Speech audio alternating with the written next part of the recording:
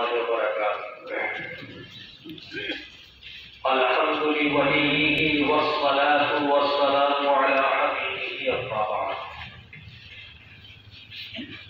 جتنے بھی اساتذہ کرام طلبہ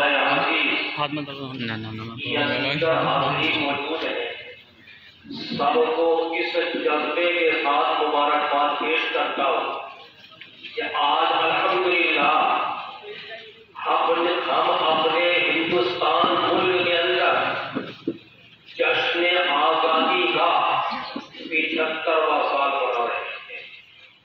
آج اس ہندوستان کی دھرتی پر ہر شخص آزاد ہے، چھوٹا ہو یا بڑا، بچہ ہو یا بوڑھا، پڑھا لکھا ہو یا ان پڑھ، وزیر اعظم ہو یا رشتہ مولر، ہر شخص آج اس دھرتی کے اوپر اور سرزمین ہندوستان کے اوپر آزاد ہے. کوئی غلام نہیں ہے، ہر شخص آزاد ہے.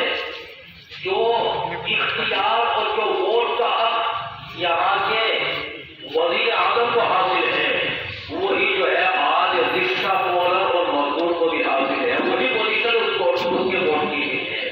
ہر شخص یکساں ہے اور ہر شخص کو اللہ تبارک و تعالیٰ نے یہ آزادی ہمارے اکابر کی قربانیوں کی وجہ سے دی ہے. ان قربانیوں کو یاد کرنے کے لیے یہ ایسے ایسے پروگرام کیے جاتے. ابھی ہمارے محترم حضرت مولانا محمد احرار صاحب قدس اللہ العالی اس کی پوری سے سرگزشت پیش فرما رہے تھے. میں بھی اسی بات کو کہتا ہوں کہ یہ ہندوستان ہمارا ملک ہے، ہم یہیں پر پیدا ہوئے ہیں اور انشاءاللہ یہیں پر زندہ رہیں گے، یہیں پر ہماری قبر بنے.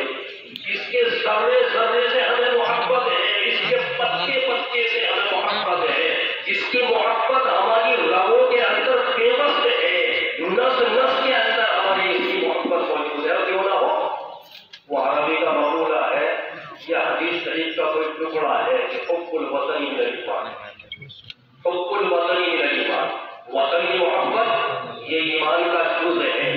ہم سے زیادہ اس ملک کا وفادار کون ہوگا بھائی؟ ہم اس ملک کے وفادار نہیں ہیں.